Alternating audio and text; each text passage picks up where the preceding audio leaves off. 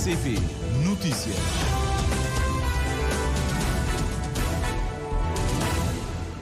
São 19 horas em Cabo Verde.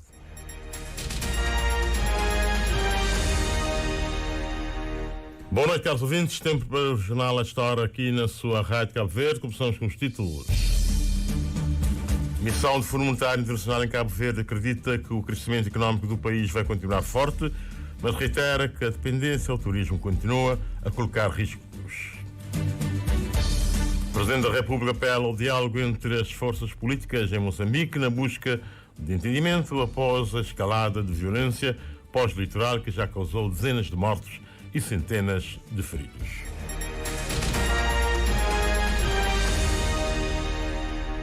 Renovamos os votos de boa noite, vamos ao desenvolvimento. A 27ª edição da FIC prossegue em Mindelo com algumas novidades. A acompanhar este segundo dia está a nossa repórter Patrícia Martins, que se junta a nós neste jornal com mais detalhes em direto da FIC. Chamamos a Patrícia. Patrícia, como está a decorrer o segundo dia da FIC em Mindelo? Não sendo possível neste momento o contacto com a nossa colega Patrícia Martins na FIC em Mindelo, vamos prosseguir com o nosso Jornal da Noite. A missão do Fundo Monetário Internacional que está no país a propósito das normais avaliações de programas de facilitação de crédito alargado e do Programa para a Resiliência e Sustentabilidade com Cabo Verde, manteve hoje um encontro com as Comissões de Finanças e Orçamento e Economia do Parlamento. O chefe da missão, Justin Tyson, acredita que o crescimento económico do país vai continuar forte, mas reitera que a dependência ao turismo continua a colocar riscos. Os riscos internos inerentes ao setor empresarial do Estado e a necessidade deste ser gerido com mais cuidado também são apontados. Miriam Lopes dos Santos. Aos deputados, o chefe da missão de avaliação do Fundo Monetário Internacional a Cabo Verde disse que o país deve estar orgulhoso da sua performance macroeconómica. Justin Tyson acredita que, de modo geral, a perspectiva é de um crescimento forte. Yes, we expect growth this year to be strong. We're still finalizing our projections for this year and next year. Sim, esperamos que o crescimento este ano seja forte. Ainda estamos a finalizar as nossas projeções para este ano e o próximo ano, mas vemos uma continuidade na forte recuperação que o país teve depois da Covid e perspectivamos que continue nos próximos anos. Mas, obviamente, também percebemos que há riscos para a economia, sendo ela muito dependente do setor, do turismo, e quaisquer choques nos mercados de proveniência desse turismo podem gerar choques na economia cabo-verdiana. Observamos também que há riscos internos, riscos referentes ao setor empresarial do Estado, que deve ser gerido cuidadosamente no futuro. Dito isso, a performance fiscal tem sido forte nos últimos anos e deverá continuar na medida do caminho traçado pelo Governo, que deverá manter a dívida numa trajetória descendente, uma das chaves para reduzir as vulnerabilidades. Apesar da dívida externa ser alta, o chefe da missão do FMI defende que é sustentável. We see that the external debt is high. But it is sustainable. A dívida externa é alta, mas é sustentável. Mas assim como eu estava a dizer, um esforço contínuo deve ser feito para reduzir, porque é a melhor forma de criar amortecedores aos choques externos e reduzir a vulnerabilidade da economia. Há importantes reformas no que toca à mobilização de receitas através da administração e política fiscais, aponta igualmente o economista. Vemos aqui reformas importantes no que se refere à mobilização de receitas através tanto da administração como a política fiscal. São reformas importantes porque ajudam na estabilidade macroeconómica, ajudam na estabilidade fiscal e ajudam com o objetivo de reduzir a dívida. A nível das despesas, é importante continuar reformas na gestão do investimento público, especialmente melhorando a reserva de projetos disponíveis para investimentos na economia. A atual avaliação do país no quadro dos programas de facilitação de crédito alargado e do Programa para a Resiliência e Sustentabilidade será analisada pela Administração Executiva do FMI em janeiro de 2025. E o PCV insurgiu-se hoje contra o artigo que aprova a distribuição do Fundo de Financiamento Municipal com os critérios introduzidos pelo Índice de Coesão Territorial.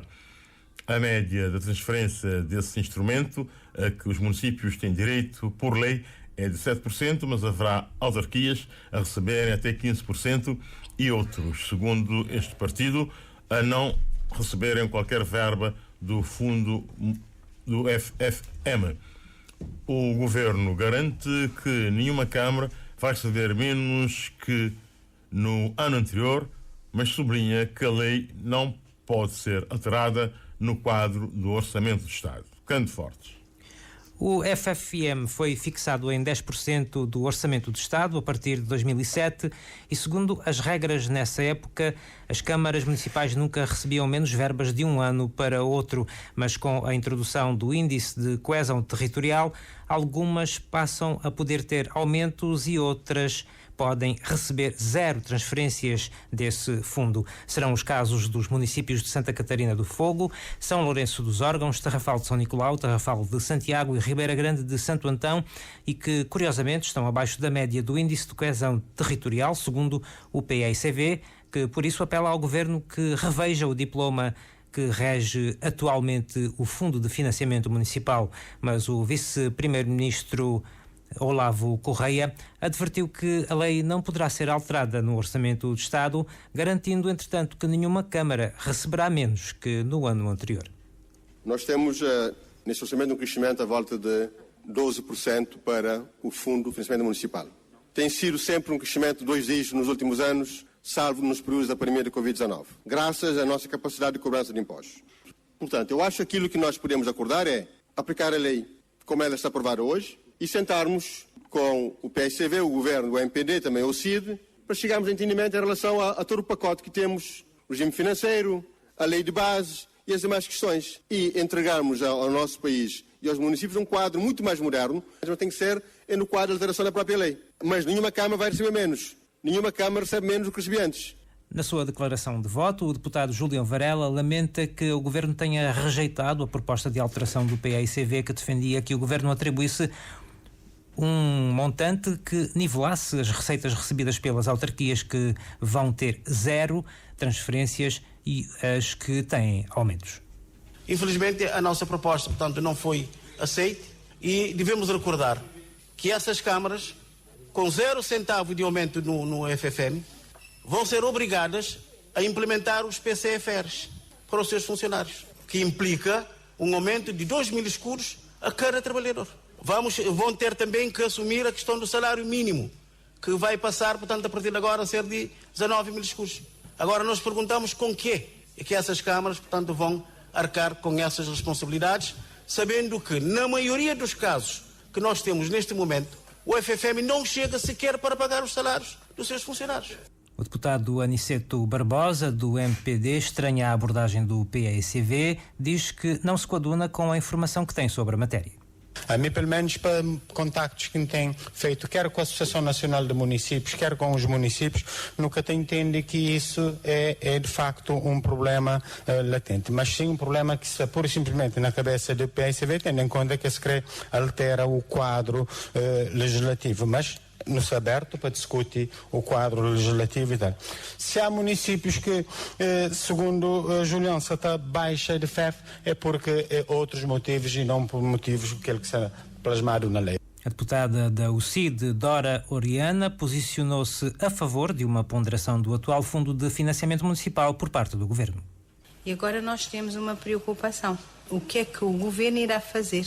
Se irá mesmo obrigar as câmaras, se terá um prazo para fazer, porque acho que esse aumento também tem em conta a regularização das situações precárias em relação aos funcionários dos municípios de Cabo Verde. Portanto, nós deixamos aqui um apelo para que possa rever a situação, porque os funcionários não podem ficar prejudicados, tendo em conta a gerência, não é, das câmaras municipais.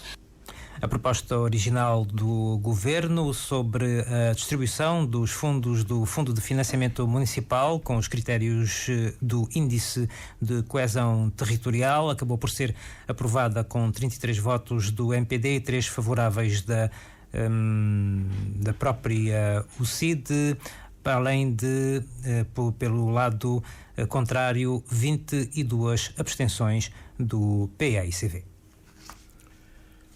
O Ministro da Educação esclareceu hoje a questão dos professores que trabalharam nos programas escolares de 9º a 10º anos e que reivindicam também o pagamento por parte do Ministério da Educação. Em declarações à imprensa, Amadeu Cruz disse que o contrato foi feito com a Universidade de Cabo Verde e não com os professores, e com o financiamento do Banco Mundial. O governante avançou que o processo está a correr os seus trâmites legais e que o assunto vai ser resolvido a seu tempo.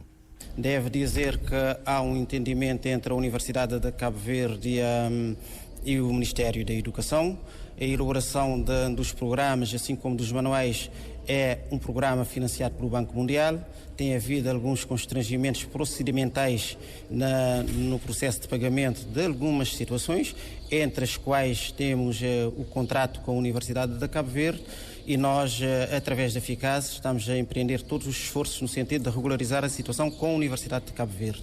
O Ministério da Educação não tem contratos diretamente com os professores da Universidade de Cabo Verde, pelo que nós não respondemos diretamente aos professores, respondemos à Universidade de Cabo Verde, sendo certo que assumimos que é necessário regularizar a situação com a Universidade de Cabo Verde para que a Universidade de Cabo Verde tenha condições para regularizar a situação com os professores.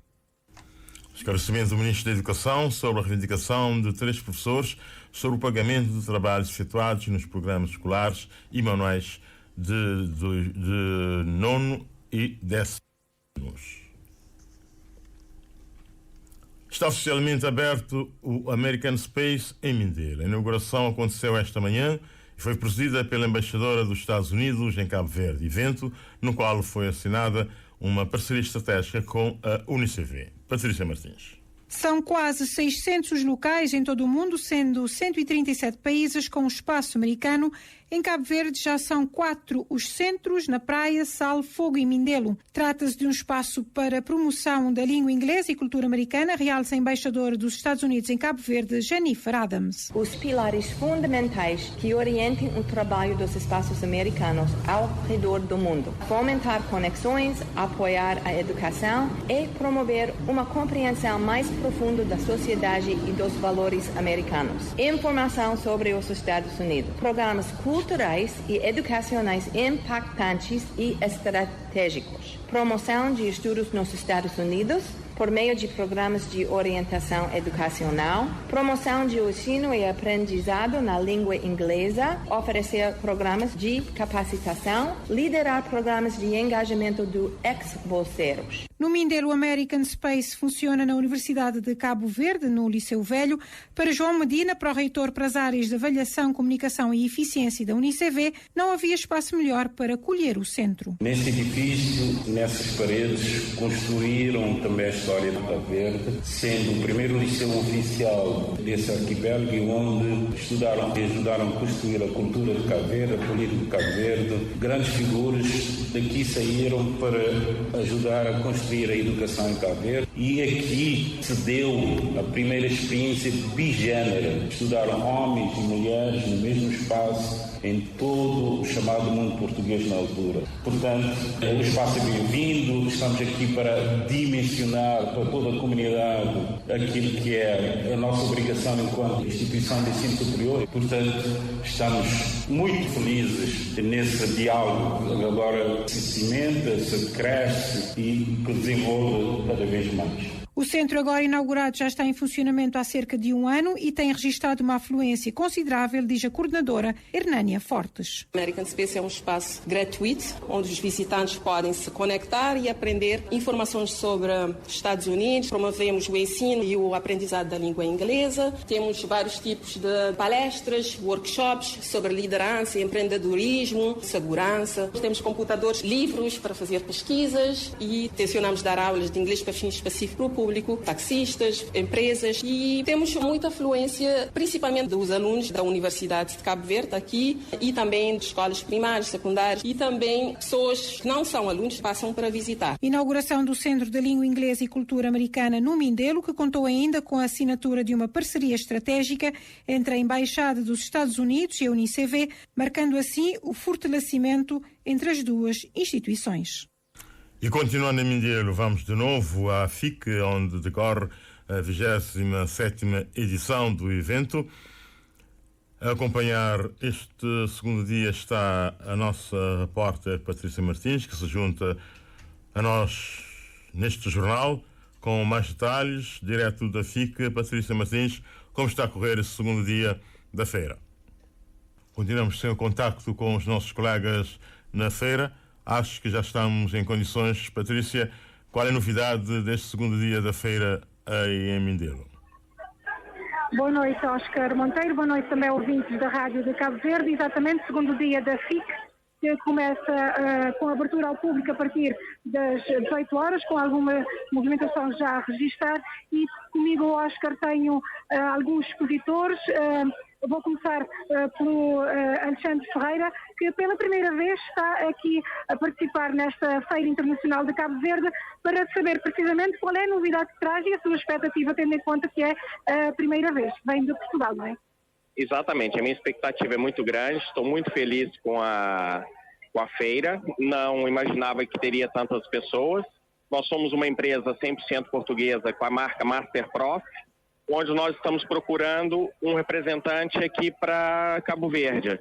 Nós trabalhamos na área da metalomecânica, indústria naval, alimentar, onde nós temos todas as soluções em ferramentas de corte. E este palco exatamente é para contactos? Já fez alguns contactos? Sim, infelizmente já fiz alguns contatos, estou muito contente, mas se tiver mais contatos eu agradecia. Podem nos visitar no nosso site masterprof.pt. Oscar, fica assim então já este convite para contactos também que podem interessar. Passo agora rapidamente para Laura Sequeira, da AB Química de Cabo Verde, que já não é a primeira vez, já participa nas outras edições. Como é que está a ser desta vez? Olá, boa noite. A AB Química já participou na FIC. Esta vez está a ser, como já foi dito pelo colega, com muito mais afluência. E para nós é muito importante a participação na FIC. Nós somos uma empresa cabo-verdiana que trabalha no setor da água e saneamento e fornece principalmente esse tipo de produtos, mas não só. Temos também outro tipo de fornecimentos noutras áreas, mas neste momento na FIC quisemos trazer esse setor e quisemos mostrar à população de Cabo Verde aquilo que nós fazemos. E o nosso crescimento, o crescimento passa pela construção de um armazém na Achada Grande na praia, e, portanto, a FIC veio ajudar nesse sentido, uma vez que nos veio potenciar também para esse caminho. Agradecimentos, continuação da boa estadia. Passo agora para Ricardo Feira, também de Portugal, com tubos e mangueiras, portanto, da área da agricultura. Alguma novidade? Sim, muito boa noite. Em primeiro lugar, muito obrigado por o vosso convite para estarmos presentes. A FIC tem sido uma forma de nós mostrarmos os novos produtos que temos, aquilo que estamos a fazer no âmbito da agricultura e neste momento também da jardinagem. Trouxemos uma gama nova de acessórios e de mangueiras de jardim, assim como novas soluções para a agricultura, nomeadamente com mangas planas para a ligação aos sistemas de rega gota a gota. E como é que está a decorrer esta edição?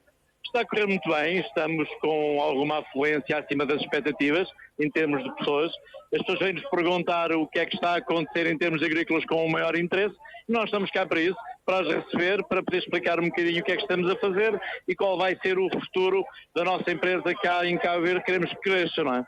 Muito obrigada aos três, continuação de boa estadia aqui também e boa participação aqui nesta feira. Oscar, assim, a possibilidade de falar então com três expositores, são mais de 100 as empresas que estão a participar nesta edição aqui da FIC no Mindelo, FIC 2024, expositores que estão distribuídos por 200 estantes aqui nos pavilhões da Enapor, onde então esta empresa, que já se falou também já ontem na abertura, a necessidade de ter um espaço próprio para a FIC, portanto nas próximas edições aguardaremos então para ver, pelo menos aqui em São Vicente, tendo em conta que a produção acontece uma vez na praia, outra vez aqui em São Vicente, e assim, portanto, esta 27ª edição da FIC, que acontece até o próximo dia 23, sob o lema Em Prol da Paz e Desenvolvimento Sustentável, aqui no Mindelo. Rádio Cabo Verde, acompanhar a FIC em Mindelo, continuando aí na cidade de Montecara, Pediatria de Desenvolvimento, bebés prematuros e o seu seguimento, crianças com perturbação do espectro autismo, foi o tema de uma sessão clínica do Hospital Batista de Sousa, conduzida pela médica neuropediatra no hospital de Dona Estefânia, a doutora Cristina Martins. Arnaldo Borges com mais detalhes. O Hospital Batista de Sousa procura, com o projeto que engloba essa sessão clínica, capacitar e ajudar a equipa local a ter uma consulta movimento, que sejam referenciadas crianças que precisam de tratamento especializado e tenham melhor acompanhamento possível, deseja a neuropediatra Stephanie Monteiro, que identifica para lá da formação a falta de espaço adequado. Um espaço adequado, não é? Um espaço físico, não é? Porque são crianças que necessitam de uma consulta que tenha um espaço adequado, tenha brinquedos, tenha um espaço que seja mesmo próprio para atendimento a estas crianças. Precisamos de conseguir integrar mais especialistas no sistema público de saúde. Além do espaço físico, precisamos de mais recursos humanos também. E acho que, pelo menos, estamos no bom caminho, porque já temos muitos terapeutas formados no país, não é? Precisamos de integrá-los e conseguir apoios para que estejam disponíveis no Serviço Público de Saúde e o acesso seja igual de Santo Antão a Brava. Acho que ainda é um grande desafio esta questão de conseguir ter um espaço que receba estas crianças todas e que elas sejam sinalizadas. Há também a melhorar a articulação entre a educação e a saúde. Porque eles é que têm estas crianças serem precocemente sinalizadas e claramente chegar também ao serviço. Mas acredito que estamos a dar passos. A neuropediatra Cristina Martins, que dirigiu a sessão clínica, classifica a colaboração que vem dar de suporte técnico a uma equipa que já tem maturidade, construção e um caminho importantes aqui em São Vicente, que já consegue dar uma resposta diferenciada a muitas crianças que, constata, têm chegado cada vez mais pequeninas às consultas.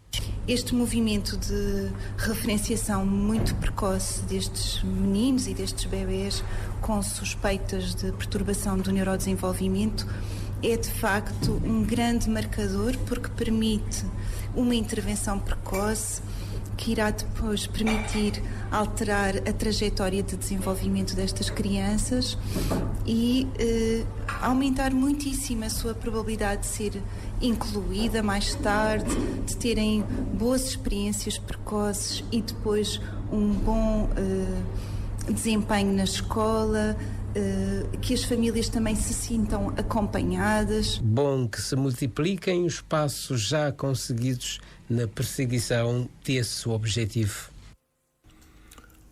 O Presidente da República, José Maria Neves, apela ao diálogo entre as forças políticas em Moçambique na busca de entendimento após a escalada de violência pós-eleitoral que já causou dezenas de mortos e centenas de feridos. O chefe de Estado já contactou a comunidade cabo-verdiana residente nesse país, a que aconselhou a manterem-se serenos e afastados dos confrontos. Maria José Macedo. Os protestos convocados pelo candidato presidencial Venâncio Mondlane contra o que chamou de fraude eleitoral gerou manifestações e confrontos entre os cidadãos moçambicanos e a polícia da República de Moçambique. A situação está tensa, com mortes e ferimentos, e urge a retoma ao diálogo entre as forças políticas, apela o chefe de Estado José Maria Neves. Tem havido manifestações quase todos os dias nas principais ruas de várias cidades, mas sobretudo na cidade capital Maputo, e neste momento há perto de meia centena de mortes, quase 200 presos e também perto de 800 feridos entre a população civil e as forças de segurança. Nós esperamos que haja contenção, serenidade e sobretudo, diálogo entre as principais forças políticas para se reencontrar a paz e a tranquilidade tão necessárias neste momento. O Presidente da República diz ter contactado já a nossa comunidade residente em Moçambique, a quem aconselhou a não participarem nas manifestações violentas e a manter a serenidade, respeitando as recomendações das autoridades. Falei hoje com alguns líderes das associações cabo-verdianas em Moçambique. Felizmente, a comunidade ainda está tranquila, não tem sido afetada pela crise, e apelei no sentido de manterem a serenidade, não se miscuírem nas manifestações mais violentas e respeitarem as instituições e as recomendações das autoridades. Ao que parece, portanto, a peça da nossa colega Maria não está a sair em boas condições. Vamos ver se conseguimos melhorar até ao final deste jornal. Se caso não for possível, retomaremos esta mesma notícia no último jornal às 22 horas. Depois da notícia ontem do espancamento do jornalista da Rádio Capital FM, Karabulai Kassamá, hoje a polícia voltou a travar uma tentativa de manifestação da oposição ao regime do país, com uso de gás lacrimogéneo, carga policial e detenções, incluindo 2 dirigentes políticos. O presidente do PAIGC e da coligação Pai Terra Arranca, Domingos Simões Pereira, disse num exclusivo à Rádio Cabo Verde lamentar mais esta atitude de terror inaceitável num Estado de direito democrático, como reporta o Eugênio Teixeira. Conforme avançou a Rádio de Cabo Verde a partir de Bissau, Simões Pereira disse não compreender como que, após um encontro com o Presidente da República, a coligação PAI Terra Arranca, dentro do seu plano normal de contactos com as suas bases, é surpreendida com uma brutal carga policial utilizando gás lacrimogéneo.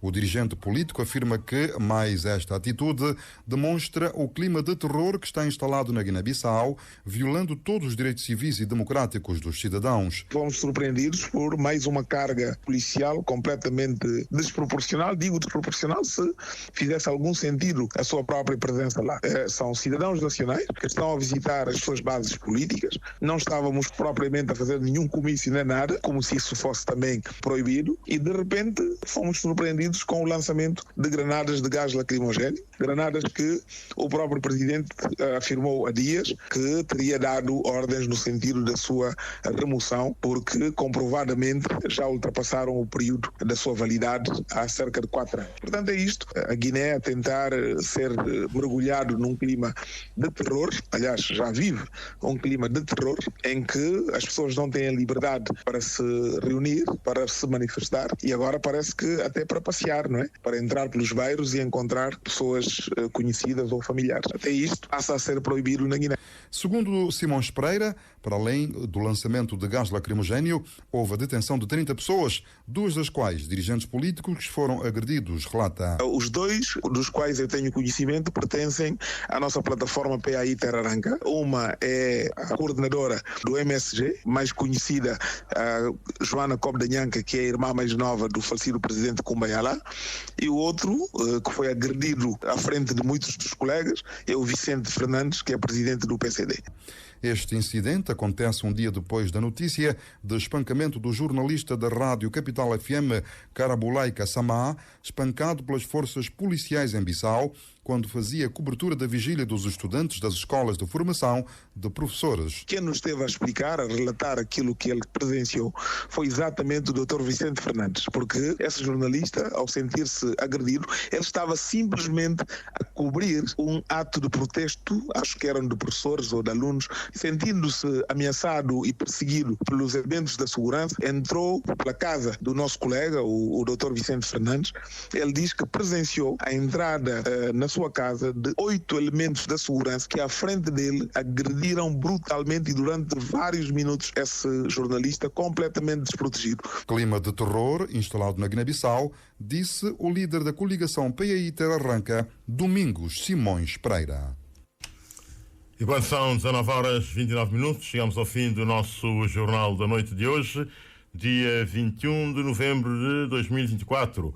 Nós voltamos às 22 horas. Resumiremos outras notícias que, devido a problemas técnicos, não saiu em condições técnicas para o nosso Jornal da Noite. Até lá, votos de muito boa noite e boa sintonia com a sua Rádio Cabo Verde. Boa noite.